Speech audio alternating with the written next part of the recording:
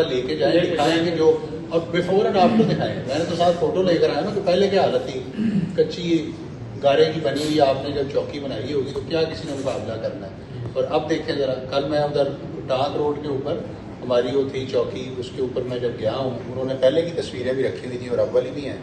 इस तरह की 8-9 चौकियाँ उन्होंने बड़ी ठीक की। करक वाली आपने वो बहादुर खेल जिसपे पहला मेरा जब वीक था ना तो उधर हमला हुआ, 3 लोग हमारे शहीद हो गए थे, तो मैं वहाँ गया था। तो अब जरा देख के आए, आपने देखी हो कैसी चौकी।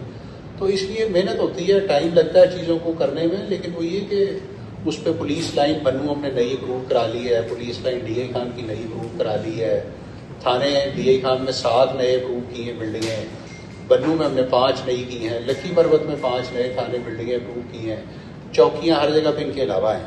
तो जब आप मुसलसल ये कोशिश करते रहते हैं तो फिर टाइम के साथ साथ हो जाती हैं चीज़ें।